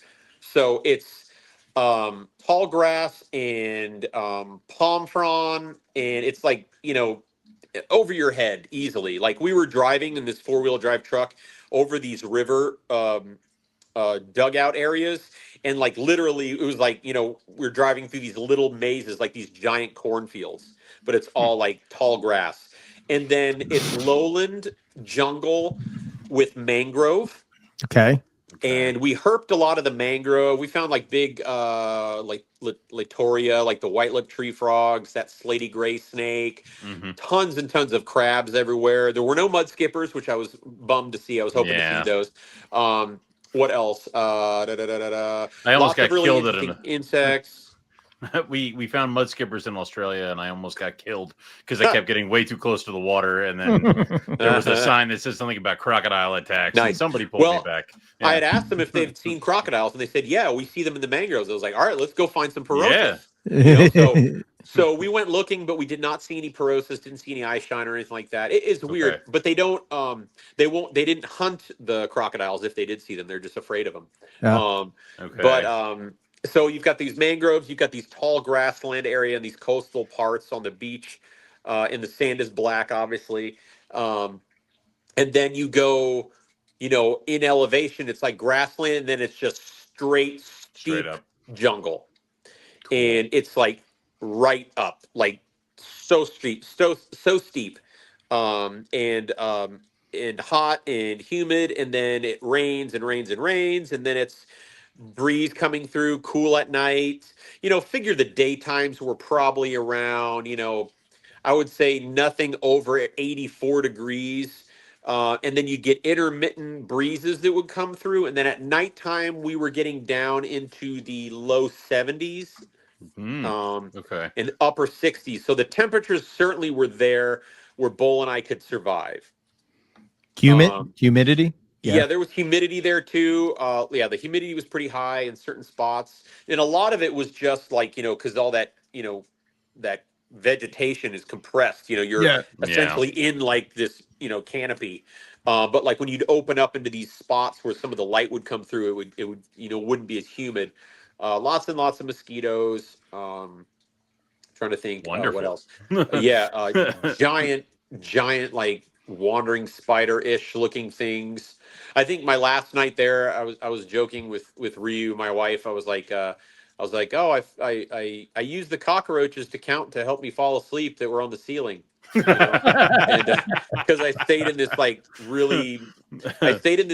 two-story hut on the airstrip because we camped out the night before, so because we had a early flight, our plane was landing and we didn't want to miss it, so we slept on the airstrip. And we had these they were like on stilts, like this. I was joking, I slept on so many different kinds of surfaces. Like I slept on rocks, I slept on dirt, I slept on a mattress, I slept on bamboo thatch, I slept on bamboo rods. It was just like, what next? So it was nice to get back home and finally sleep in my bed for sure. In a mattress, yes. Yeah. So, because I love camping and stuff, but it's just like, it's like, oh gosh, and then things crawling on you. You get to the point where you just don't care anymore. You just let it crawl on you. It's like it's gonna crawl over you. Just let it go. It's almost like I always say that, like when you're in a real remote place like that, it like resets me, because I guess definitely you have this. It's kind of what you're saying. It's like you're going through this hardship, and like you're not really, you're just going through it, and then you don't realize how cushy our life is until you're like, I mean, it's like, the simplest things. Like I always remember, like when I've talked to you guys before about some of my early Papua stuff, like the things that really throw me off are like the floor, walking on carpet always throws me off because everything is typically tile or dirt, or straw. So I'm not used to that. And then, we have things like, electricity, that's a huge one. We're using solar powered lamps on this like little area where we're eating. It's like you've got, they had a Digicel mounted like 20 years ago on the side of this mountain, and it was like to show you how old it was a 2G a cell tower. So every once in a while, we'd get like a real quick signal that we could like notify people back home that we're okay, And I remember telling Rio, I was like, hey, there'll be periods where you won't be able to reach me. Just know if there's an emergency, I'll call you on my satellite phone and stuff like that. So, so I'd be able to send back home a message every once in a while just on my cell phone, because I'd get like 3 seconds of like a Digicel 2G signal.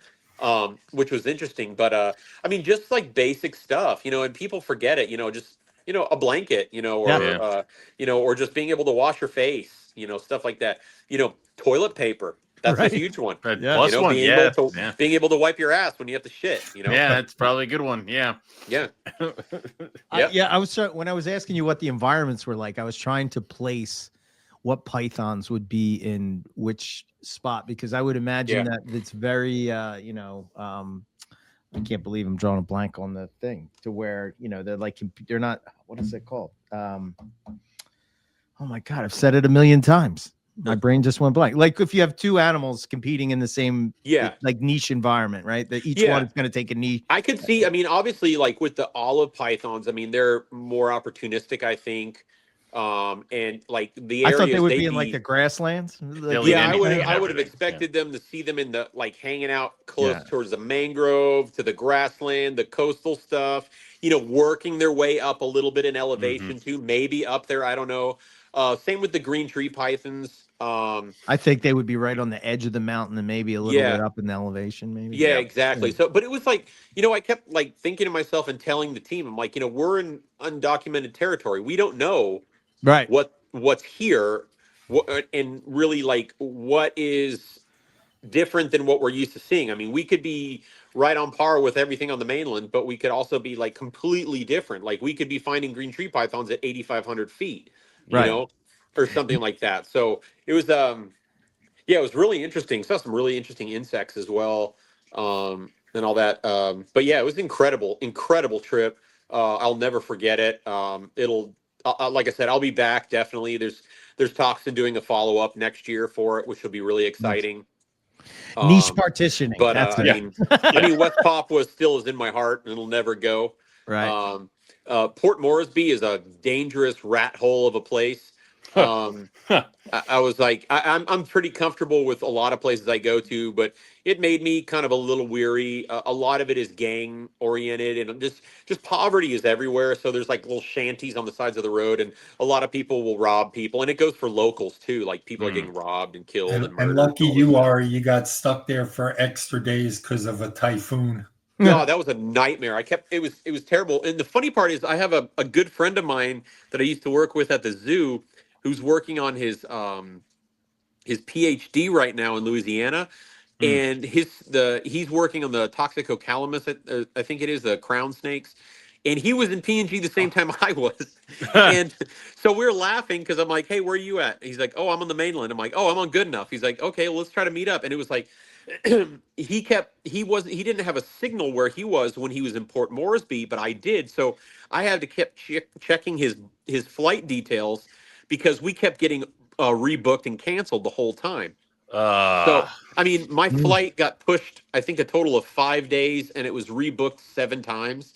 It was absolutely a nightmare. Like, just that sucks. It was just like, I almost got to a point where I was like, okay, this is the last time. If they can't keep my booking, I'm going to book a new flight altogether with another airline, and I'm going to fly the complete opposite direction to get home. That way. And I was talking to Ty and Scott in Australia. Keith and Teresa hooked us up on the Stuck in New Guinea, or is it Stuck in New Guinea messenger group? I think they made for it. And they were updating me on the weather out there and stuff, which was very nice. Because Ari had to fly into Brisbane. Yeah, I was flying to Brisbane initially, and then they changed me and flew me into Sydney, where I met my friend George, actually. So we were able to meet up finally there. But so then it all worked out at the end. So it's like I keep trying to tell myself, like, everything happens for a reason. It's like I don't want to be stuck up in a tornado in the sky. And, it's probably a good idea. Yeah. Yeah, right. But it was a nightmare because I was just like I had already mentally committed to leaving the island, getting back to Port Moresby, and coming home. But then I was stuck there for an additional 4-something days. So it was just like I was ready to get home, see my family, and just get back to the routine. Yeah, I'd be done. I'd be toast. Yeah. I'd be like, I don't care. How do you go about? Do you do any kind of like? I don't even know what you got. Like, go through a protocol of like what would be dangerous there, and like what you have to look out for as far as plants. Yeah. So what we did was, so we were all animal based, essentially. We had, obviously we had military police with us, stuff like that. And being the reptile person that's there, trying to identify certain stuff. Like I had done some research on what was available, what was found on the island, but there wasn't a lot of, idea as far as what species were on the island. So I didn't really know if we were going to be, presented with anything venomous. And, I was kind of telling people, I was like, hey, obviously everybody here has the common sense, let's not pick anything up unless we can't identify it properly. Let's treat every animal, obviously, aside from a Boelens python, an olive python, a scrub python, and a green tree python, as though it is potentially dangerous. So that way we eliminate any issue that we have, and if it's not venomous, great. We don't have to worry about it being venomous. So we did stuff like that. And then, protocol of being with people for certain times of the day, not with the times of the day. We had 2 women with us, so we obviously were making sure that they were safe while they were there, but we didn't run into any issues with that kind of stuff. It was really, the hardest thing was just leaving, because some of the people there we could tell we really made such an impact in their life the short amount of time we were there. Like, a lot of people were crying when we left, and they followed us out of the mountains on our trek down to see us leave and stuff like that. So it's like, I'm sure they're going back to their normal, simple, everyday life after we left, because it was so exciting to have visitors, Yeah, I would imagine that's a pretty big deal. I would. Yeah, big time, Yeah. you know. Yeah. Okay. Let's see. What other things did I have? Oh, well, Eric was Yeah. writing, you see, like I actually just drew doodles of Ari finding snakes. So there you go. Yeah. Yeah. See? That's Eric and Owen in a nutshell. Yeah, got you right there. Yeah. Right. So. You know, one of the things that I was curious about when we're herping in Australia, the sun goes down pretty early. And you have like this window of time that's so different than like herping in the US, let's say, you know, it's like you could be herping West Texas until 3 or 4 o'clock in the morning. Yeah. And still be finding stuff. But like in Australia, it seems like, you tell me if I'm wrong, Keith, but in our experience, it's like you have this window from like maybe 9 o'clock until like maybe 12 o'clock. And then that's it. And right. 9 to 1-ish. Yeah. Yeah. And then that's kind of it. Does it follow the same type of? There was, you know, we weren't out at night much because when we were up in the mountains, obviously it just wasn't safe to go out because of the rocks and you know, traversing and all that stuff. But it was really cool and it was raining a lot, so nothing was going to really be out. Yeah. Or it shouldn't have been. But when we were down in the coastal area, we were, you know, herping a lot more at night, and we were still finding things. I mean, we were probably back, I would say, close to 11, I would say. Okay. It's not like you can road cruise there.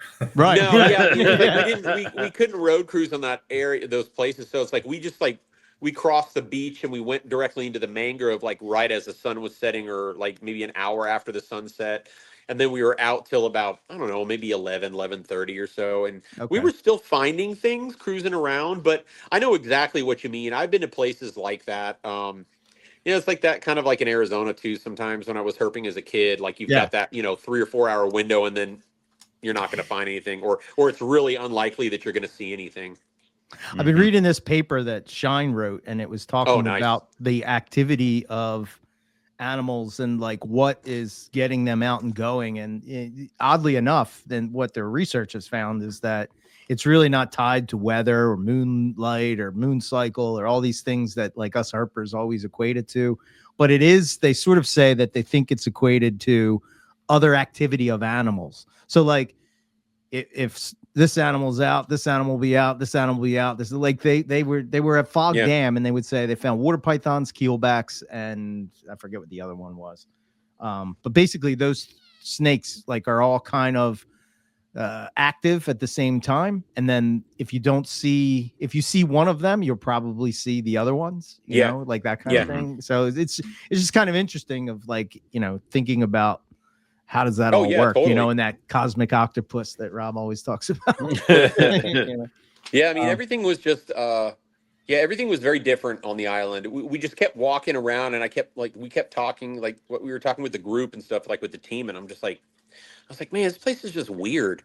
And everyone's like, yeah, I can't put my finger on it. It's just a strange place. Like, it's just strange. You know, not in a bad way. It's just different. You know, I'd never been to a place like that. And everyone's like, oh, why? And I'm like, it's just weird. It's just like not in a bad way. It's just it's just a weird place. Yeah. Very cool. But just a weird place. Do you get like vibes from a spot? Like a snaky spot? Are you talking about? Or? Yeah, just in general. Like if you're in an area, do you get vibes from that? Oh area? Yeah, I'll pick up weird shit like that all the time. Like, nice. Yeah, I mean, I'm not, you know, I don't care about saying it. Like, you know, if I'm like, I try to maintain a very open mind with just life in general. Sure. I'm not a religious person by any means. You know, but there are certain times and places where I've had moments where it's like, this is something different, you know, or you know, for instance, like the dreams, it was bizarre. Like I've never dreamt like that in my entire life, and it was like the most vivid dreams I could possibly think of, things I didn't think of for 20 plus years. Like, why would I have brought that up in these scenarios? And then so vivid that it was just like I was waking up still in the dream. Wow. Stuff like that. And they kept telling me it was the spirits from the mountain. And the weird thing, and I was like, oh, okay, that's cool, and then I kept talking to like one of the other guys, Jeremy, who was the son of the vet, and was like, we became good friends because he's a Always Sunny in Philadelphia fan, so we were talking. Nice. Yeah, so we were just making references the whole time, and he said something. He's like, man, I've been having these crazy dreams. And I'm like, wait a second. You've been having crazy dreams? And then I asked his mom. She's like, I've been having crazy dreams too. It's like, so it's just like weird things like that. And then, sometimes I'd catch like something in the corner of my eye or, some kind of, weird things like that too in certain places. And I've been in some interesting places around the world and stuff. A lot of stuff I will pick up on is in West Papua. Just because like my senses are already heightened as it is, because I'm, just watching everything. And, and Papuans are very observant people. So they're watching how you move, how you react, what you do, things like that too. So I'm always watching, but Good Enough was different. It was a very spiritual place. It had a lot of energy there. Yeah, I can relate to that because Eric even turned me on to it after he went the first time to Australia. But when you get into some of those remote areas, the flood of emotions that hit you sometimes are just like overwhelming. Like you gotta sit there and then you've got to think about it too, like especially this island being so, such a pivotal point in history with the Japanese in the World War II. Sure. You've got all this interesting, energy that's trapped there. It's just like I said, it was just a very, very spiritual place. Just the belief system on so many things. Like there was dozens of stories. I mean, I wrote so much stuff down. It was all so different too. And somebody had a different way to say it, or somebody had a whole new story. I was in a couple places there where I just kind of, I was by myself at this river and I just kind of sat there and I took my boots off and I just stuck my feet in the water and I was just kind of sitting there and just kind of listening. And it just was a very peaceful moment, but there was a lot still happening. But yeah, it's I have been, to answer your question. Yeah. Yeah. It's the reason I asked is because number one, I think that like if you're in an environment like that all the time, that I don't know if this is the right way to say it, but like our frequencies are different than they are. Like we're not in tune with the same type of thing, right? It's almost like our senses have been dulled, maybe is the right word. Yeah, well, we're so, I joke with people because it's like we're so preoccupied with technology right now. I mean, we're on our phones, we're on our computers, 90% of the day. It's like how long has it been since you went walking outside where you're just walking? You didn't have anything with you that was like, sucking your brain dry, essentially. So it's like, when you're in these pristine, ancient places, there's energy there that you're picking up on that, you've got to like detox yourself from having all this, I don't know, US crud or technology in us and stuff like that, so we can, they joke, it's like, cleaning off the third eye, the pineal eye, It's so when we on our last trip to Australia, I don't know, I think it was just me and Rob were in this one spot. I think Keith, maybe you and Teresa had stayed back that night, but we went to this area and we're looking for the Owen Pelly, and Justin kind of went off on his own. But me and Rob were in this area and we turned off our lights and all, and I just got this feeling that we should not be here. Like and like I never say anything like that because I'm always worried that Rob's gonna be like, "Oh man, Eric's going crazy," or Keith's gonna be like, "He lost his mind." He's put him down now. Time to put him down out in the middle of the wilds of Australia. But this was such a feeling that I was like, I had to share it because it was like this voice inside my head is saying to me like, "You're not supposed to be here. You're not supposed to be here. You're not supposed to be here." That's a real thing. Like what I was briefly saying earlier. Like it's like you've got to listen to that little voice in your head. You got to learn to listen to it because it's there for a reason. It's not us just being crazy, which we are, but it's there for a reason, and you've got to listen to it for whatever reason it being. I've been to places like that. I've been to some pretty freaky places that have had some really strange things happen to me. I would imagine that where you're at is probably the remote. I mean, it's definitely the most remote out of all the places that the four of us have been to. You know, I mean, Australia's probably maybe close in some areas. I don't know. Australia's got some really heavy juju in it. You know, it's especially some of those really, really remote areas out there. It's just history and just, you know, it's but I mean, it can be anywhere you go. You can go to, you know, I remember there was a spaghetti house factory in Arizona that said it's on it. So, I guess you that's know, true. it's like one of those things. So, but yeah, no, I've been to some really real freaky places before in West Papua that were definitely like I need to leave. Can't be here. I got my last question is this. On all my trips, there's always some type of takeaway that I come back and try to apply to my thinking of reptiles, the world, whatever, you know, anything like that, nature, how it works and all that. What was your takeaway from this trip? I think my takeaway on this trip wasn't about reptiles. It wasn't about the world. I think my takeaway was learning to be proud of myself. Okay. Learning to be able to care about myself, and enjoy who I've become and what I do. Hell yeah, man. I think that was what I took away from this. It was like kind of a wake up, like another slap in the face, like give me a break, you know, like look at what you've been doing for the last 15 years. Look at where you're at right now and look what your goal is and enjoy it, you know, and be proud of it. That's what I think. That's what I took home. I think that's worth the price of admission right there. Yeah, for sure. Man. Yeah. Awesome. Let's. I don't know if you guys have other questions, but that's a good mic drop right there. What I was going to say to Ari is like everybody knows exactly where Oenpelli are, right? And the best people in the world go to those spots looking for Oenpelli for years and years and years. Never seen Oenpelli. I mean, it would be unheard of for 4 or 5 guys to go there their first time looking and find an Oenpelli. So, right. Is Keith trying to get us a job? Like, you know, we can go find reptiles. Like, I can do this. That was Keith's good mojo. Awesome. Yeah, that's right. That was your time. That was your time to find that animal. We had to bring a McPeak with us. That's how you do it, you know. Yeah. Right. I love herping with the McPeaks.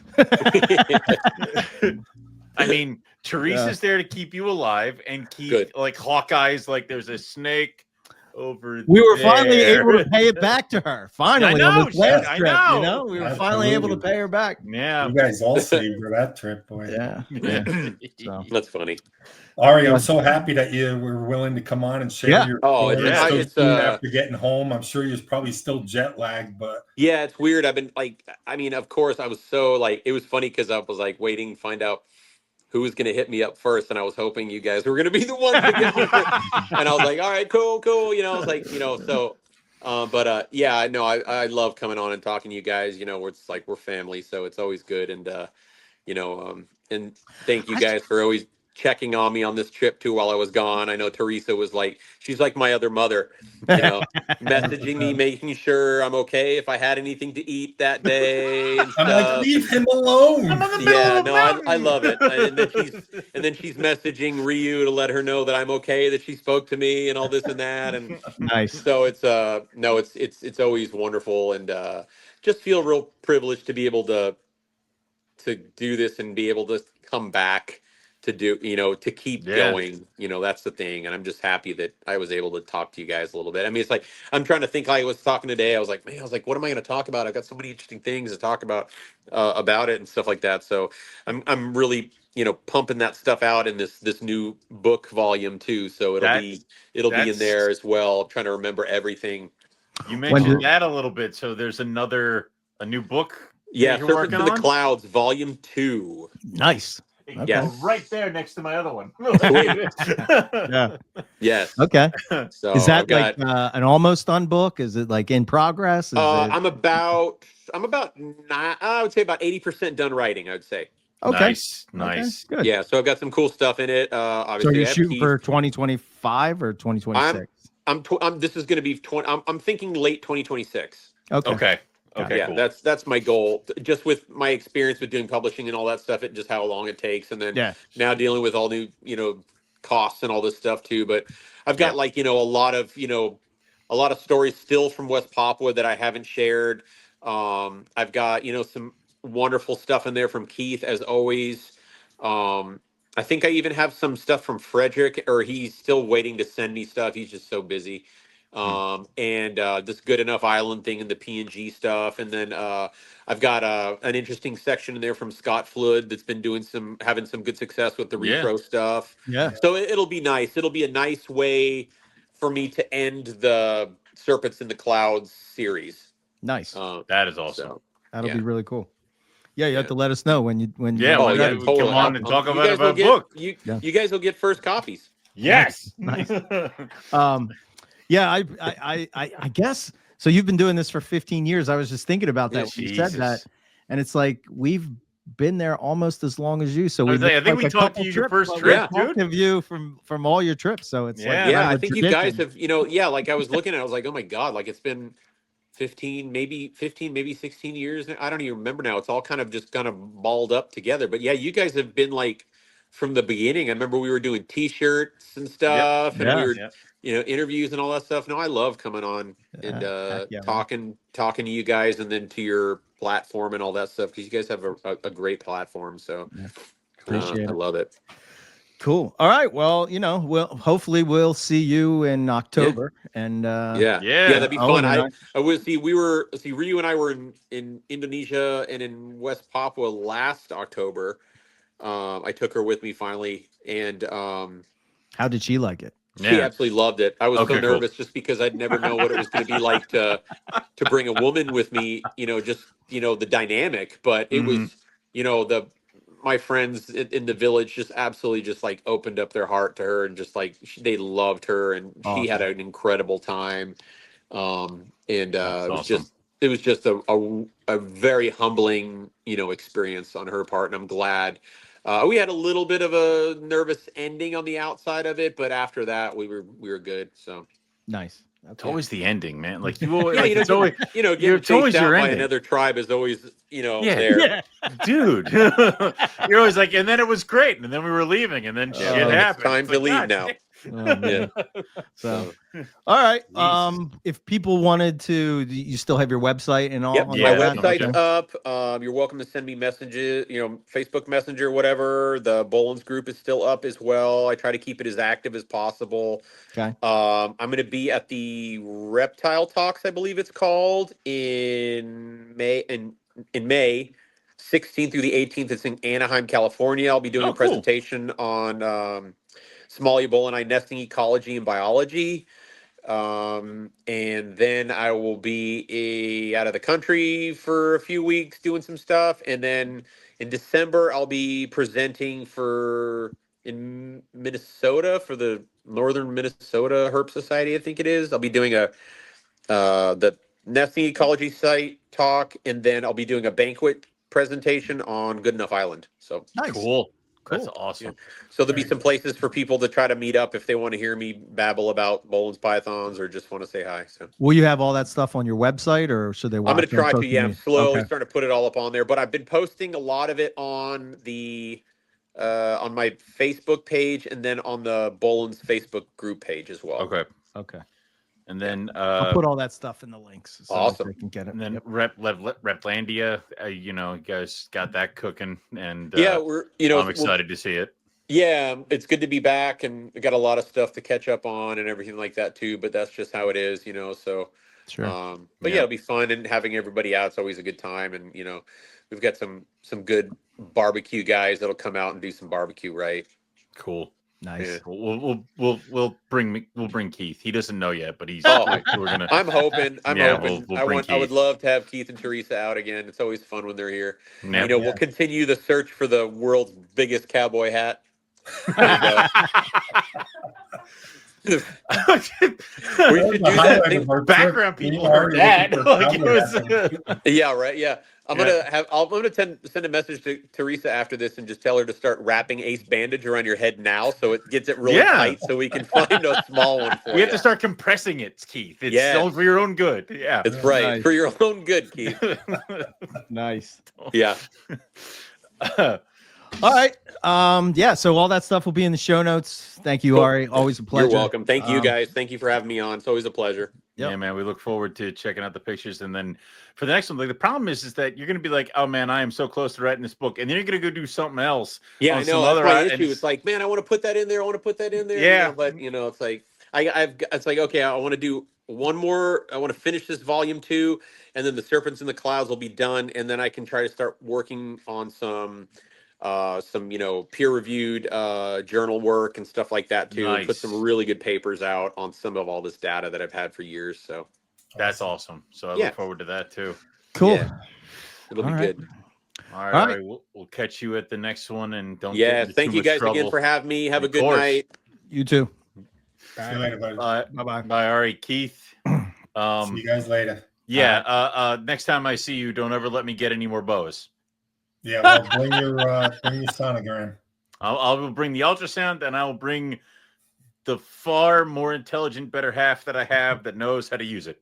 So, all right, sounds good. Go. Take care, guys. Thanks, Keith. See you, Keith. All right. For us, you can find us, support us on the things, website, find us on the things. Yeah. Our the social stuff media. with the things and the crap and all the things. All in the show notes. And then we had Cold-Blooded Caffeine, who we have Carpets and Coffee blend with, but they have awesome coffee. You can check it out in the link. It was funny. I saw somebody post off on Instagram that they got a Cold-Blooded Caffeine box, and it had like the MPR blend and like a bunch of them all lined up on their table. And I'm like, aha, there we are. Nice. So that was cool. Yeah, that was cool to hear from Ari and have Keith join in. I'm glad because I gotta I was messaging Ari before. I shot him a message because he and I have been talking Madagascar hognose, and I'm like, hey, I got some extra kids that I need to kick out here. And I messaged him, and he goes, that's great, dude. I'm out of the country. I'm like, oh, where are you? And he's like, I'm here. I'm like, oh, I thought you'd be back now. And then I got the whole story about him being stranded. I'm like, that sucks. So it's good that he's back. It's good that he does all that stuff, and that he's, that he's finding new ground, that he's, kind of pushing the rock up the hill to try to find new stuff. And I love it that there's cast off stuff, because when he was talking, I went on to look up that island, and they have that one slaty gray species, and then like everything else is like, and maybe like 15 others. Maybe. I'm like, wait, maybe. Maybe. What do you mean, Google? What the hell are you talking about? And the first thing you type in is, are there pythons on Good Enough? First thing is Boelens. And I'm like, but are there? So I would think, cool. I don't know. My feeling is that there's green trees everywhere. There's white lips everywhere. There's scrub pythons everywhere. Right. There's reticks everywhere. Right. There's not Apodora everywhere, though. So, I mean, Apodora kills all. Like that's certain the thing is ranges of things. So there's not carpets everywhere, but they are everywhere in Australia. Why can't we get sent on carpet trips to random islands to find carpet pythons? Oh, Dear Australian government, government, there are so many Australian islands that I would love to go to. Man, we'll do it. Oh my goodness! But I think this trip showed Ari that there's not enough evidence stacked against him. So it's not like that he goes to this island and he's like, no, there's no chance, there's no snowball's chance in hell they're here. That he's like, it is, he didn't find any, but there is an excellent chance that they could be here. So yeah, that I like. So that'll be cool to find. Okay. All right. That's all I got. All right. Well, then we'll say thanks everybody for listening. We'll catch everybody back here next week for some more Morelia Python Radio. Good night.